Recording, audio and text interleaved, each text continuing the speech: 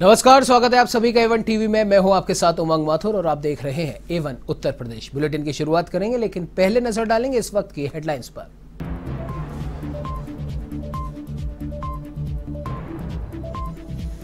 काशी दौरे पर मॉरिशस के प्रधानमंत्री प्रविंद जगन्नाथ गंगा घाट पर किया पिता का श्राद्ध कर्म। कल राज्यपाल और मुख्यमंत्री योगी के साथ करेंगे बैठक।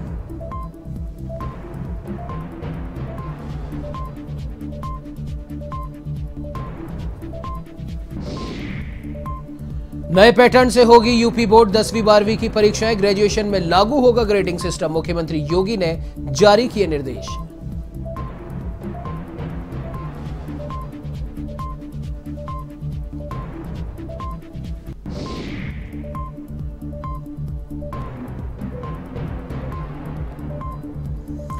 आरएसएस के पूर्व सरकार्यवाहक भैयाजी जोशी का अयोध्या दौरा। हनुमान जयंती मामले पर हपथपाई सरकार की पीठ। सरकार को दिया निगरानी बढ़ाने का सुझाव।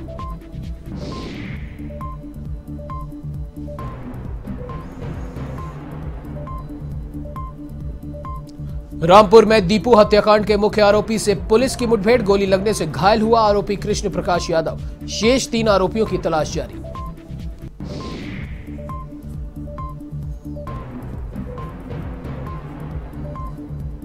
हमीरपुर में सट्टा कारोबारियों पर कार्रवाई। पुलिस ने सट्टाबाज गिरोह के 2 सदस्यों को किया गिरफ्तार। आरोपियों से 41,000 कैश और बैंक खातों से 3 लाख से भी ज्यादा की राशि बरामद।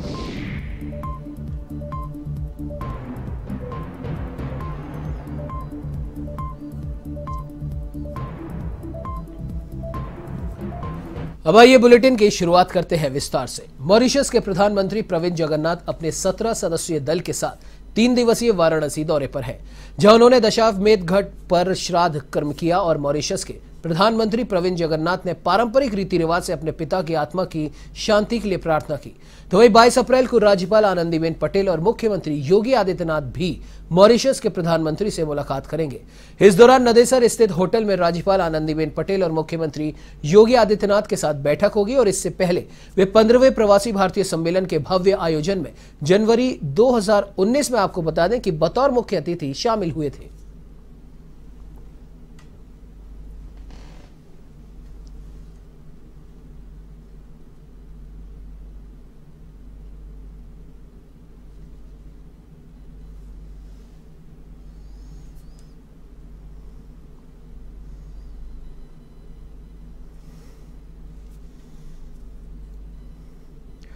उत्तर प्रदेश में ग्रेजुएशन की परीक्षाओं को लेकर बदलाव किया जा रहा है।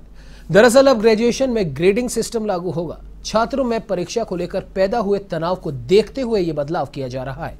इसके लिए मुख्यमंत्री योगी आदित्यनाथ और उच्च शिक्षा विभाग के अधिकारियों के बीच बड़ी बैठक हुई, जिसके बाद ये निर्देश जारी किए गए। ऐसे में अब सभी राज्य विश्वविद्यालयों और निजी विश्वविद्यालयों में BA, BCom और BSc में अपग्रेडिंग के जरिए ही अंक मिलेंगे। ये ग्रेडिंग व्यवस्था 10 पॉइंट की होगी। हर लिखित और प्रयोगात्मक परीक्षा का पास परसेंटेज 33% ही रहेगा, यानी आंतरिक मूल्यांकन 25 अंक और यूनिवर्सिटी की परीक्षा का अंक 75 होगा। इसके अलावा यूपी बोर्ड की 10वीं और 12वीं की परीक्षाओं के पैटर्न में बदलाव किया जा रहा है। उत्तर प्रदेश माध्यमिक शिक्षा परिषद अगले सत्र से हाई स्कूल की परीक्षा नए पैटर्न पर करवाएगा।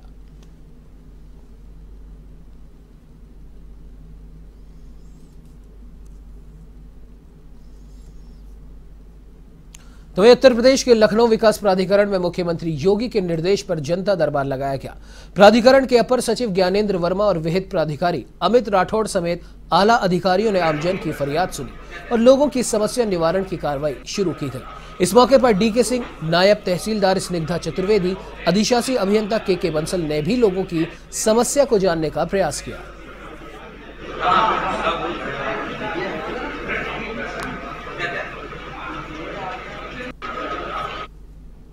तो वही उत्तर प्रदेश के फतेहपुर में ब्लॉक स्तरीय स्वास्थ्य मेले कार्यक्रम का आयोजन किया गया। मेले का शुभारंभ प्रदेश के पूर्व खाद्य एवं रसद राज्य मंत्री रणवेंद्र प्रताप सिंह ने किया। इस दौरान पूर्व मंत्री ने स्वच्छता मिशन के तहत मेला परिसर में लगे विभिन्न विभागों के स्टॉलों का अवलोकन किया। तो वही सामुदायिक स्वास्थ्य केंद्र अधीक्षक अमित चौरसिया ने मेला कार्यक्रम की जानकारी दी।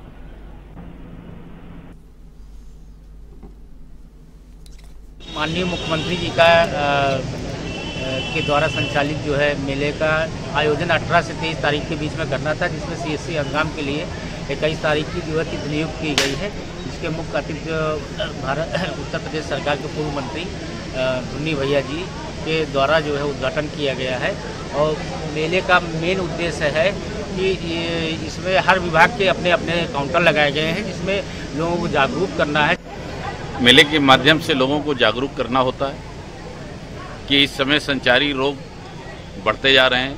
हमें गांव में सफाई रखनी चाहिए, अपने दरवाजे सफाई रखनी चाहिए, घर में सफाई रखनी चाहिए और ऑर्गेनिक कम से कम सब्जी तैयार करनी चाहिए। फसल भी अपने खाने के लिए ऑर्गेनिक करनी चाहिए। कीटनाशकों का प्रयोग कम करना चाहिए, नहीं करना चाहिए, जिससे कि इससे कैंसर का रोग बढ़ रहा है। और अगर हम फर्टिलाइज़र कम से कम डालें और कीटनाशक दवाई न डालें तो कि ये कैंसर के रोग से बचा जा सकता है। चलिए बढ़ते अगली खबर की ओर। आपको बता दें कि उत्तर प्रदेश के बांदा में एक बार फिर से आग का तांडव देखने को मिला। कोतवाली क्षेत्र के अमर टॉकीज तिराहे के पास लगी आग में बिजली का एक बड़ा ट्रांसफार्मर और लगभग 10 छोटे ट्रांसफार्मर जलकर राख हो गए। कई दुकानें भी आग की चपेट में आई। हादसे का कारण शॉर्ट सर्किट बताया जा रहा है। तो वहीं हादसे की सूचना पाकर पहुंची फायर ब्रिगेड की टीम ने कड़ी मशक्कत के बाद आग पर काबू पाया।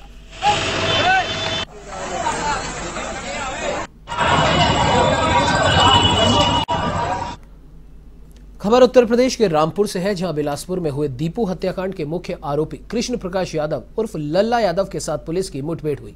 इस मुठभेड़ में गोली लगने से आरोपी घायल हो गया। इस दौरान पुलिस ने आरोपी को अस्पताल में भर्ती कराया और साथ ही मौके से अवैध तमंचा और बाइक भी बरामद की।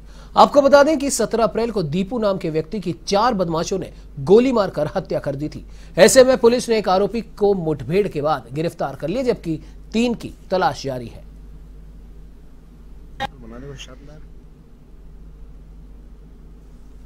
यादव और कृष्ण प्रकाश यादव जो भटपुरा जिला उधम सिंह नगर का रहने वाला है, ये था।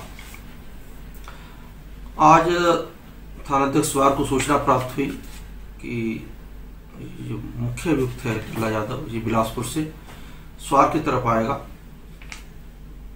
थानाध्यक्ष स्वार हरिंदर सिंह ने एसओजी टीम के प्रभारी अजयपाल से वार्ता की और दोनों टीमें वहां पर लग गई।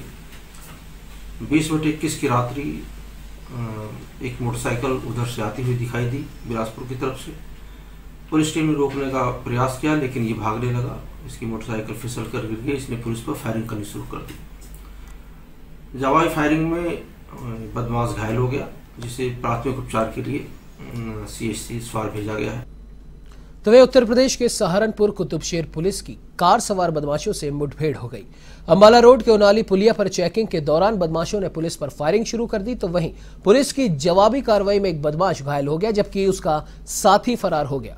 इस दौरान पुलिस ने घायल आरोपी को अस्पताल में भर्ती करवाया। घायल बदमाश मनीष कुख्यात शराब तस्कर है, जो कई जिलों में शराब की सप्लाई करता था। इस बीच पुलिस ने कार से भारी मात्रा में शराब की पेटियां, तमंचा और कारतूस बरामद की। फिलहाल फरार बदमाश की तलाश जारी है। वही गाड़ी है। बहुत बढ़िया।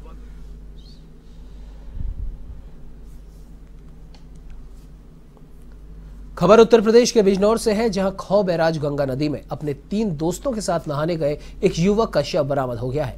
आपको बता दें कि शेरकोट क्षेत्र के मोहल्ला निकम्मा शाह निवासी अजीम अपने 3 दोस्तों के साथ खौ बैराज गंगा नदी पर नहाने गया था, जहां तेज बहाव के कारण अजीम नदी में डूब गया। घटना की सूचना पाकर पहुंचे गोताखोरों ने 2 दिन तक कड़ी मशक्कत कर उसके शव को बाहर निकाला। इधर शव मिलने के बाद परिजनों का रो रो कर बुरा हाल है।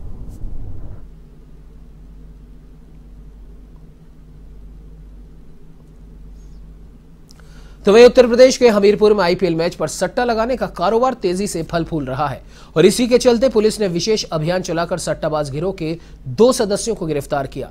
इस मामले में 11 और लोगों के भी नाम सामने आए हैं और इधर सट्टेबाजों को गिरफ्तार करने वाली टीम को पुलिस अधीक्षक ने 10,000 का इनाम देकर पुरस्कृत किया।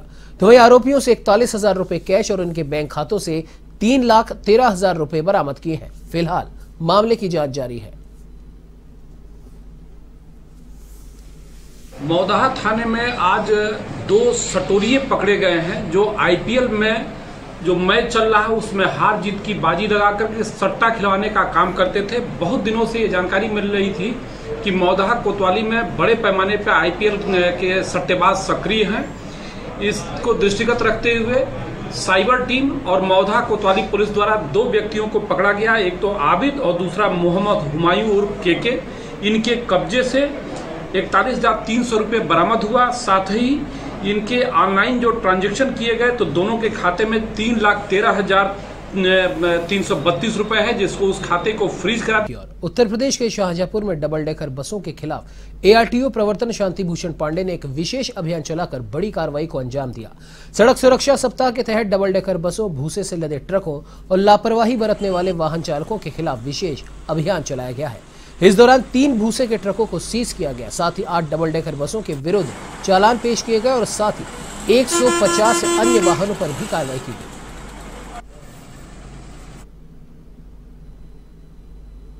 देखिए, सड़क सुरक्षा सप्ताह अभियान हमारा 18 से 24 अप्रैल तक चलाया जा रहा है, जिसके क्रम में आज हमारा जो प्रोग्राम था हेलमेट सीट बेल्ट के जो नहीं लगाते हैं चालक, उनके विरुद्ध अभियान चलाना था। इसके क्रम में आज 150 वाहनों के ड्राइवरों के हेलमेट और सीट बेल्ट में चालान किए गए हैं। इसके अतिरिक्त जिलाधिकारी महोदय का आदेश है कि जो जनपद का भूसा है कहीं बाहर न जाए, जिससे एक तरीके से निर्यात पर प्रतिबंध लगा दिया उन्होंने। तो उन भूसे के वाहनों के 3 ट्रक हम लोगों ने सीज किए हैं, 2 आरसी मिशन में, 1 बंडा थाना क्षेत्र में। इसके अतिरिक्त डग्गेमार वाहनों की काफ़ी शिकायतें आ रही थी कि काफ़ी बसें परमिट शर्तों का उल्लंघन करती हैं लंबी दूरी की। इनके खिलाफ भी आज एक स्पेशल ड्राइव चलाई गई है। इसमें 8 बसों का चालान किया गया है और उनसे निर्धारित जो प्रशमन शुल्क है वसूल किया जाएगा। तो ये आरएसएस के पूर्व सर कार्यवाहक भैयाजी जोशी रामनगरी अयोध्या के दौरे पर रहे, जहां उन्होंने रामनवमी और हनुमान जयंती पर उपद्रवी तत्वों की ओर से काटे गए बवाल पर सरकार की पीठ थपथपाई। उन्होंने कहा कि सरकार को अपनी निगरानी बढ़ाने की जरूरत है। इस तरह की घटनाओं को लेकर सरकार को सतर्क रहना होगा। बता दें कि राम मंदिर निर्माण समिति की बैठक में भाग लेने आरएसएस के पूर्व सर कार्यवाहक भैयाजी जोशी अयोध्या पहुंचे हैं।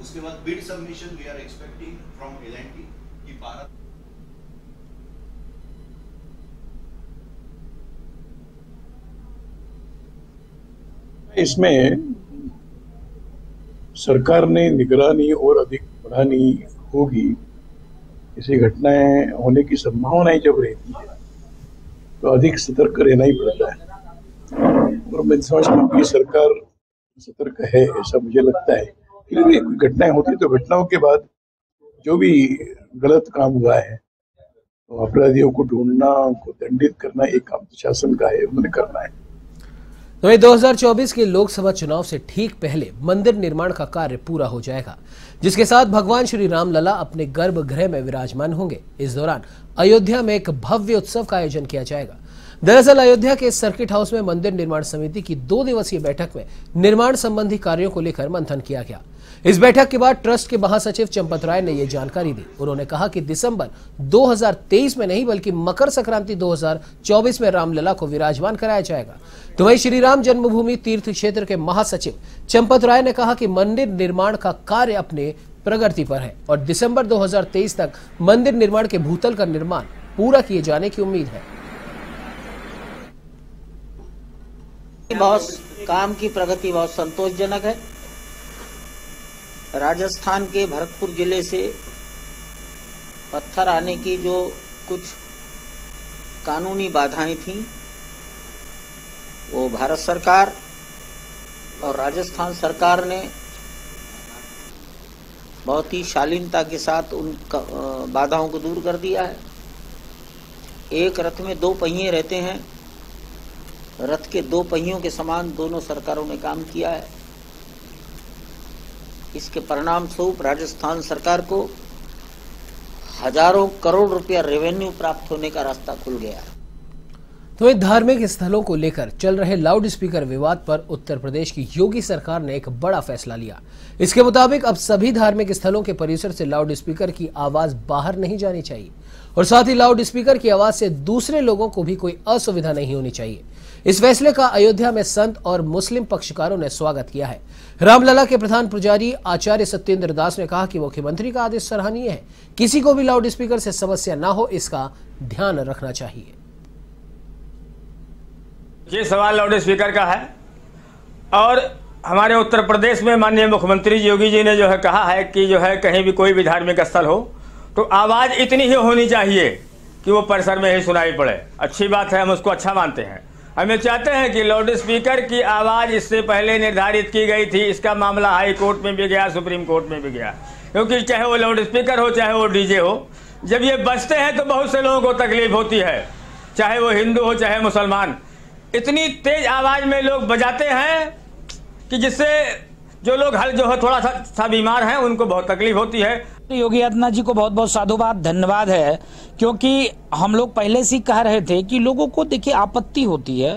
आप 5 बार दिन भर में सुनाते हो और भी बहुत तेज करके बहुत लोगों ने आपत्ति किया, इस चीज को आप नहीं मानते हो। हम लोग यहाँ देखिए मंदिरों में लाउड स्पीकर उतरे हुए हैं, कम आवाज है, परिसर में ही सुनाई देता है भी तो मुख्यमंत्री जी को साधुवाद है, धन्यवाद है। हम लोग कह रहे थे नहीं मान रहे थे, अब प्रशासन के लोग कह रहे हैं मानना चाहिए और इसमें तो आगे बढ़ चढ़ के हिस्सा लेना चाहिए। जो बड़े बड़े मुल्ले हैं, मुतलबी हैं, बड़े बड़े मुस्लिम बुद्धिजीवी हैं, मुस्लिम धर्मगुरु हैं, उनको आगे आकर ये चीज पे वार्ता करना चाहिए। बात कहा है हमारे मुख्यमंत्री जी ने, क्योंकि इस प्रकार जो आज विवाद चल रहा है वह तेज ध्वनि से अजान करना, तेज ध्वनि से लाउड स्पीकर बोलना और तेज ध्वनि से जो भाषा बोली जा रही है वह अनुकूल नहीं है, सबको परेशानी होती है। इसलिए वह परिसर के क्षेत्र में ही वह आवाज़ आवे, बाहर न जाए, जिससे कि किसी को कोई कठिनाई उससे नहीं होगी। इस बुलेटिन में फिलहाल इतना ही। देश प्रदेश की तमाम खबरों की जानकारी के लिए आप बने रहिए हमारे साथ और देखते रहिए A1 TV। नमस्कार।